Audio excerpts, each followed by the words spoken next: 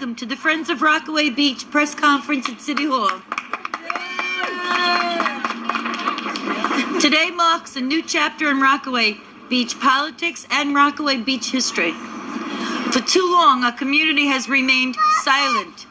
We've allowed ourselves to be treated as the second-class citizens of New York City. That stops today, here on the steps of City Hall.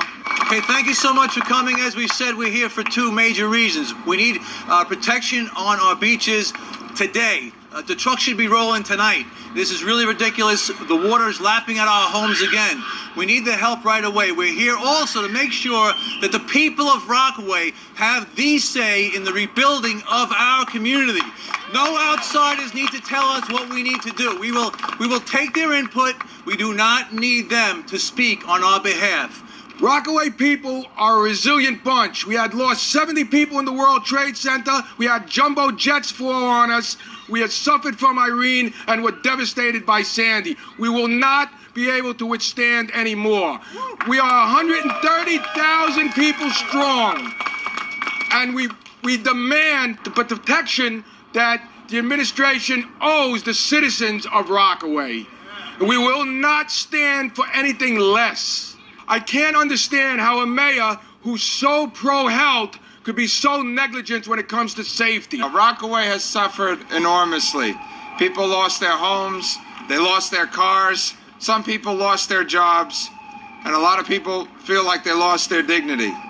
But today we are sending a message loud and clear to my colleagues in the City Council, to the mayor, to our state and federal elected officials, that we need help now, and we have needed help for a long time. First off, I'd like to take this opportunity to thank the various agencies that have helped Rockaway residents. Sanitation, Department of Traffic, everybody did a great job. My problem is with parks. There was 50,000 cubic yards of sand down at Reese Park. They brought it down to the beach, and it's 80% to 90% of it is gone already.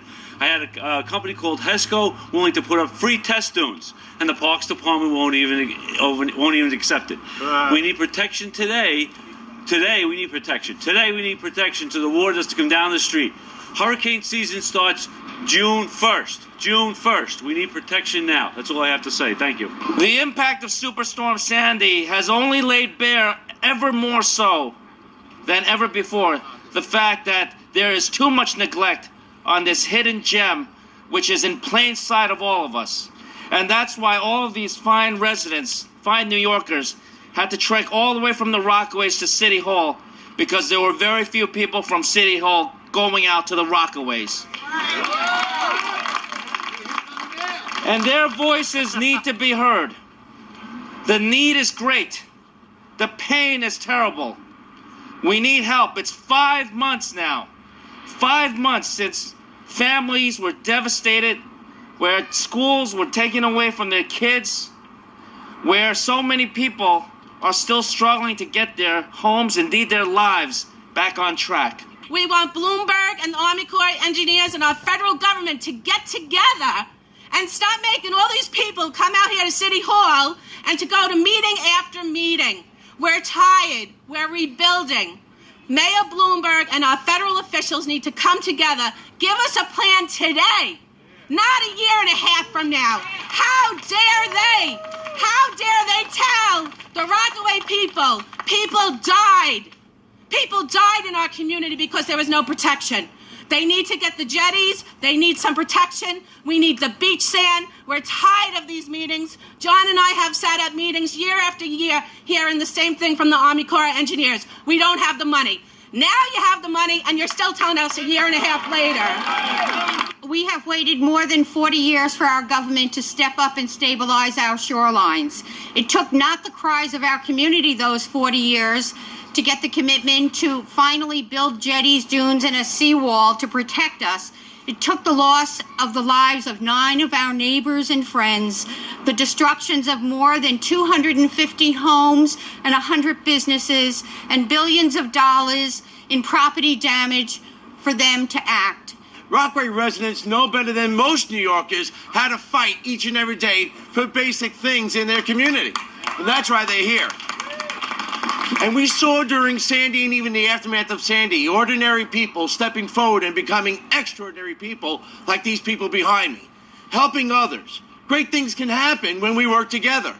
We have a lot of work to do in Rockaway because long after the planning that goes on and long after what is built there in Rockaway, these residents have to live with what's left behind. That's why they have to be heard. My children were in 1st and 4th grade when the study started. They're both college graduates now with 2nd degrees. Yes, I think that's right. Sometimes, and I think it's unfortunate because I've been in government 20 years, sometimes when government wants to stall, they do studies. And, I know that's going to shock a lot of you. But it is time for action. And you know what? If nothing else, the frustration that it's building is because the communication is not there.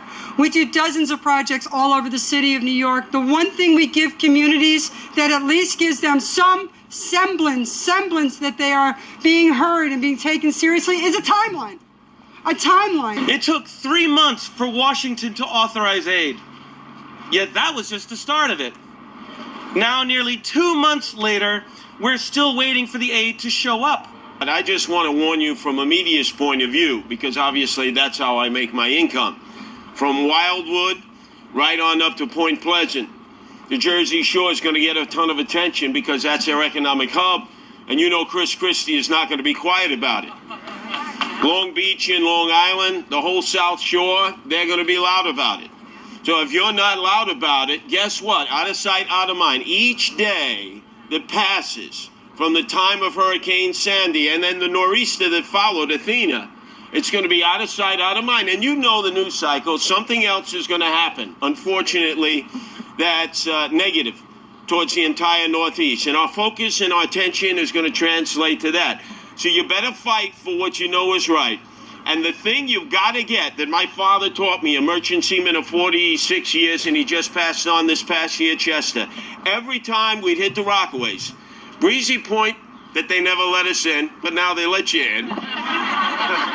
Neponset, Rockaway, Far Rockaway, where I lived for a time at Ocean Village, and I've been with the Guardian Angels in Redfern and Edgemere and Auburn, that whole area, whether you're facing the ocean or you're facing the bay. If you don't get the groins, and that's not a sexual term, because every time people see that, they say, what are you talking about? If you don't get the groins, if you don't get the dirges, if you don't get the barriers, if you don't get the jetties, and you don't get it now, while money is available, you'll never get it. We could get to Haiti in a month. We couldn't get to Queens in 5. It is really ridiculous.